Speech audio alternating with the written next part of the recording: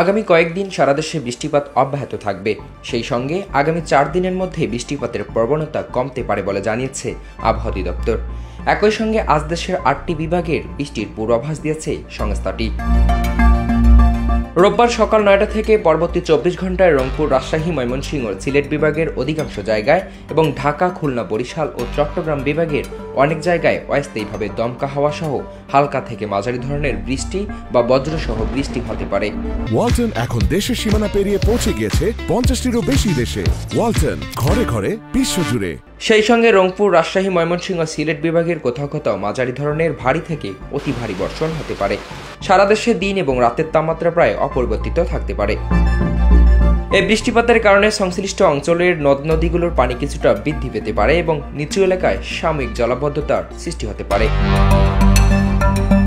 অপরদিকে সোমবার সকাল 9টা থেকে পরবর্তী 24 ঘন্টায় রংপুর, রাজশাহী, ময়মনসিংহ, সিলেট বিভাগের অধিকাংশ জায়গায় এবং ঢাকা, খুলনা, বরিশাল ও চট্টগ্রাম বিভাগের অনেক জায়গায় অস্থায়ীভাবে দমকা হাওয়া সহ হালকা থেকে মাঝারি ধরনের বৃষ্টি, বজ্রসহ বৃষ্টি হতে পারে।